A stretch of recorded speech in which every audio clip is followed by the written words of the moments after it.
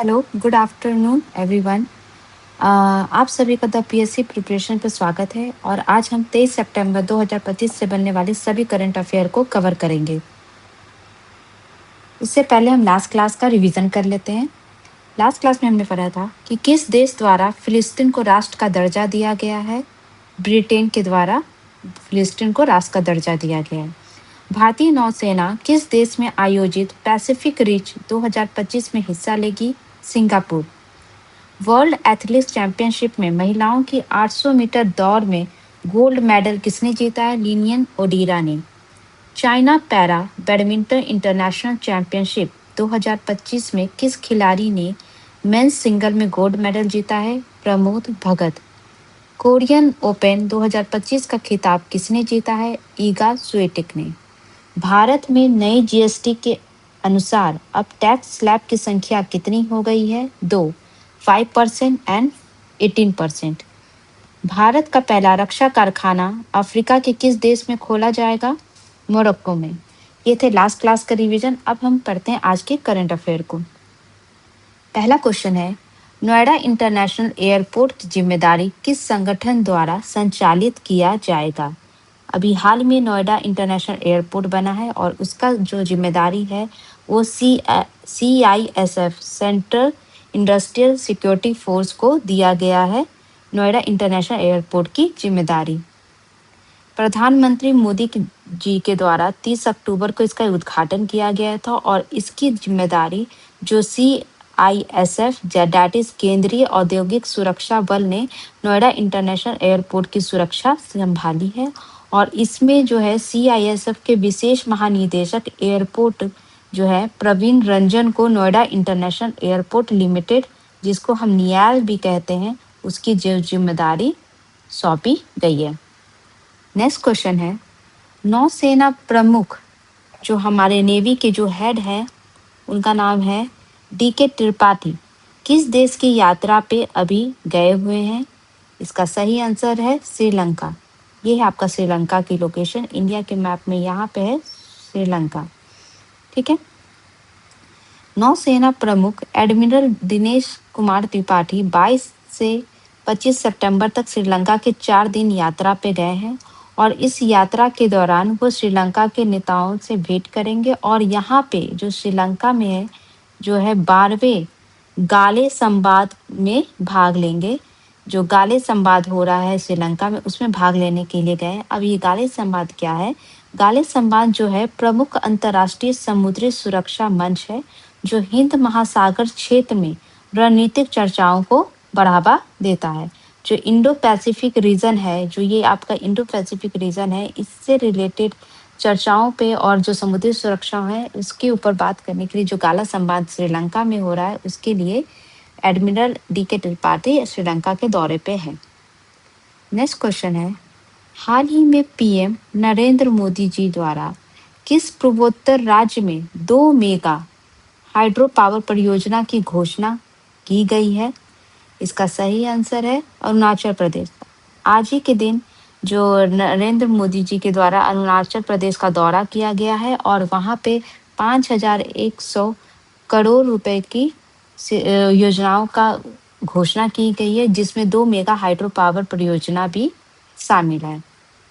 प्रधानमंत्री जी ने याजेर नदी पे, नदी का आपको नाम याद होना चाहिए, याजेर नदी पे श्योमी जिलों में 2 प्रमुख हाइड्रो पावर परियोजना और तवांग में एक सम्मेलन केंद्र की आधारशिला रखने की बात की है।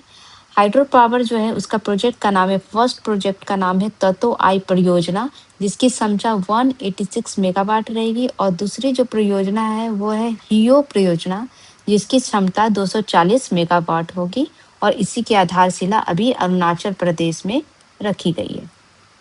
नेक्स्ट क्वेश्चन है, CAG comptroller and auditor general की ताजा रिपोर्ट के अनुसार वित्त वर्ष 2023 में कौन सा राज्य रेवेन्यू सरप्लस में अव्वल रहा है। रेवेन्यू सरप्लस बेसिकली 2 टर्म होते हैं, एक रेवेन्यू डेफिसिट होता है और एक रेवेन्यू सरप्लस होता है। रेवेन्यू सरप्लस मतलब होता है कि जितना आप खर्चा कर रहे हो और कितना आमदनी, अगर आपकी आमदनी ज़्यादा है खर्चे से तो उसको हम रेवेन्यू सरप्लस कहते हैं। रेवेन्यू डेफिसिट मतलब जितनी आपकी आमदनी नहीं है उससे ज़्यादा आपका खर्चा हो रहा है, तो उसको रेवेन्यू डेफिसिट करें। लेकिन यहाँ पे बात हो रही है रेवेन्यू सरप्लस, मतलब किस राज्य के पास आमदनी ज़्यादा है और खर्चा कम हो रहा है। तो उस केस में जो उत्तर प्रदेश है वो अव्वल रहा है। ठीक है, UP now leads the nation with 37,000 crore revenue surplus according to the CAG report 2023। Okay, Bharat के महालेखाकार कैग की ताजा रिपोर्ट के मुताबिक वित्त वर्ष 2023 में उत्तर प्रदेश रेवेन्यू सरप्लस में अव्वल रहा है। इसका अर्थ है कि उत्तर प्रदेश की आमदनी खर्चों से ज्यादा रही है और इसमें जो कितने करोड़ रुपए जो मैंने अभी बताया आपको 37,000 करोड़ की बचत पाई गई है। और कैग ने पाया गया है कि इसमें जो है फर्स्ट नंबर पे आपका उत्तर प्रदेश है जिसमें 37.263 करोड़ है और गुजरात सेकंड नंबर पे है। ठीक है, और इसके अलावा जो 16 और स्टेट हैं जो कि जहाँ पे रेवेन्यू सरप्लस का आंकड़ा पाया गया है। और इसके अलावा इसमें पूर्वोत्तर राज्य की बात करें तो अरुणाचल प्रदेश है, मणिपुर, मिजोरम, नागालैंड, त्रिपुरा और सिक्किम भी इस सूची में शामिल हैं। और कौन से राज्य है जहाँ पे रेवेन्यू डेफिसिट हुआ है, मतलब जहाँ जहाँ की आमदनी कम है लेकिन खर्चा बहुत ज़्यादा है, उन राज्यों में है आंध्र प्रदेश, असम, बिहार, हरियाणा, हिमाचल प्रदेश, केरल, महाराष्ट्र, मेघालय, पंजाब, राजस्थान, तमिलनाडु और बंगाल ऐसे हैं जिनका खर्च उनकी आमदनी से ज़्यादा पाया गया है। और अगर इन 12 राज्यों की बात करें तो जो राजस्व घाटा है वो 2,22,648 करोड़ रुपए है। और जो है कुल राजस्व घाटे का 39% जो है ये केवल 12 ये राज्यों के अंदर पाया गया है। और अगर राज्यों का जो डेफिसिट है उसको उसको कम करने के लिए केंद्र सरकार के द्वारा पैसे अनुदान दिया जाता है, जिसमें सबसे ज्यादा अनुदान जो है राज्य में वो बंगाल को दिया गया है। 15.76% अनुदान केंद्र के द्वारा दिया गया है। और अगर राज्य जो अपने दम पे कमाई किए उसमें सबसे नंबर 1 पे हरियाणा है जिसने 80% अपने दम पे कमाई की है। ठीक है, सुगम्य भारत अभियान, सुगम्य भारत अभियान किसके द्वारा चलाया जा रहा है? ये है इसका सही आंसर है इंडियन रेलवे द्वारा सुगम्य भारत अभियान चलाया जा रहा है। ये बेसिकली डिसेबल पर्सन के लिए ये चलाया गया एक अभियान है। ठीक है, भारतीय रेलवे देश भर के 1300 अमृत भारत रेलवे स्टेशन को ब्रेल लिपि से लैस करने जा रहा है।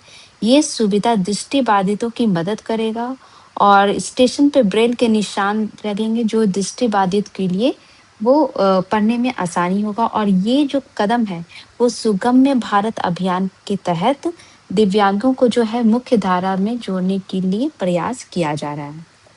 नेक्स्ट क्वेश्चन है, भारत में पहली बार, ये फर्स्ट टाइम हो रहा है इसलिए बहुत बहुत इम्पोर्टेंट क्वेश्चन है, भारत में पहली बार आयुर्वेद दिवस किस दिन को मनाया गया है? इसका सही आंसर है 23 सितंबर। ये आपको डेट एकदम याद रखना है, 23 सितंबर को फर्स्ट टाइम आयुर्वेद दिवस मनाया जा रहा है। पहले आयुर्वेद दिवस के आयोजन के साथ ही मोदी सरकार ने योग की तरह, जो जैसे योग दिवस मनाया जाता है उसी तरह अब आयुर्वेद को भी वैश्विक पहचान दिलाने के लिए हर साल अब 23 सितंबर को आयुर्वेद दिवस के रूप में मनाया जाएगा। और पहले आयुर्वेद दिवस का जो आयोजन है ये भी आपको इम्पोर्टेंट रहता है, गोवा में किया जा रहा है। गोवा में ये फर्स्ट टाइम इसका सम्मेलन किया जा रहा है, अखिल भारतीय आयुर्वेद संस्थान में किया जाएगा। नेक्स्ट क्वेश्चन है, किस संगठन द्वारा स्वदेशी लाइट टैंक जोरावर तैयार किया गया है? इसका सही आंसर है डीआरडीओ। डीआरडीओ और एलएनटी इन दोनों के द्वारा मिलकर ये जोरावर जो टैंक है इसका निर्माण किया गया है। भारत का पहला स्वदेशी अत्याधुनिक बख्तरबंद हल्के टैंक जोरावर जमीन से लेकर आसमान तक जो है ये दुश्मन के लिए मोर्चा संभालने के लिए पर्याप्त है।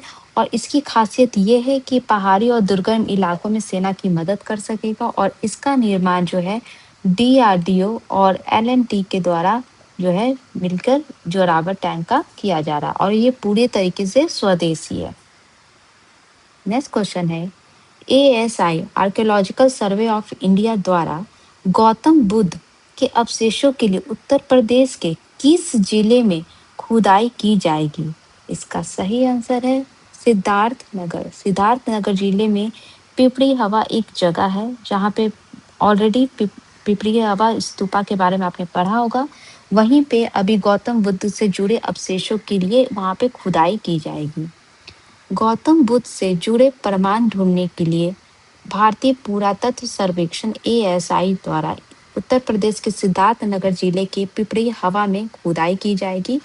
और ये ऐसा नहीं है कि फर्स्ट टाइम किया जा रहा है, इससे पहले भी अंग्रेजों के द्वारा और 50 साल पहले भी खुदाई की गई थी और इसी के लिए अभी इसी डायरेक्शन में आर्कियोलॉजिकल सर्वे द्वारा जो है इस गौतम बुद्ध के अवशेषों की खुदाई उत्तर प्रदेश के सिद्धार्थनगर जिले में किया जाएगा।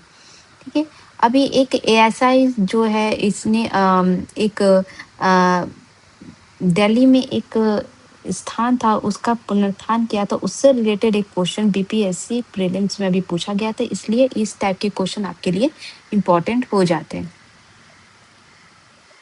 नेक्स्ट क्वेश्चन है, वन विभाग द्वारा किस राज्य में एक दिन में पौधे लगते हुए ऑनलाइन फोटो एल्बम का वर्ल्ड रिकॉर्ड बनाया गया है?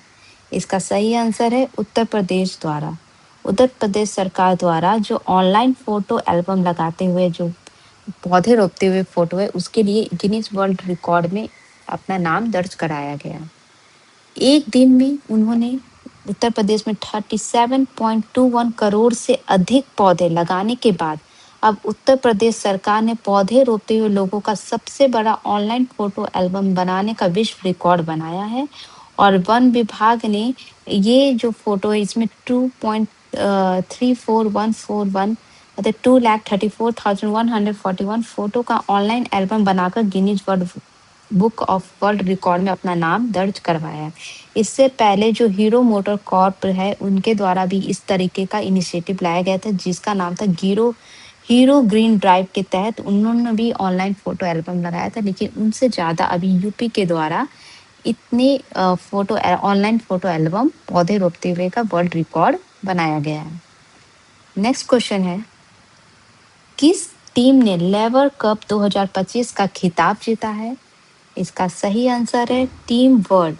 टीम वर्ल्ड ने टीम यूरोप को हराकर जो लेवर कप है 2025 का खिताब अपने नाम कर लिया है। अमेरिका के टेलर दो आपकी इसमें टीमें हैं, एक है टीम यूरोप और एक है आपका टीम वर्ल्ड। ठीक है, तो जो यूरोप के अंदर कुछ खिलाड़ियों आते हैं जो यूरोप से रिलेटेड हैं और टीम वर्ल्ड के अंदर कुछ खिलाड़ियों का ग्रुप है। तो इन दो एक ग्रुप टीम के बीच जो है ये मुकाबला हुआ था जिसमें टीम वर्ल्ड ने ये खिताब जीत लिया है।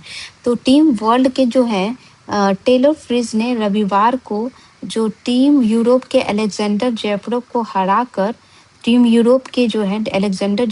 हराकर लेवर कप का खिताब अपने नाम कर लिया है। ये टीम वर्ल्ड का तीसरा खिताब है और टीम वर्ल्ड के जो कप्तान हैं वो आंद्रे अगासी हैं और इनकी अगुवाई में टीम वर्ल्ड ने लेवर कप का खिताब अपने नाम कर लिया है। ये थे आज के कुछ important current affair. I hope आपको ये क्लास अच्छी लगी हो। Thank you so much.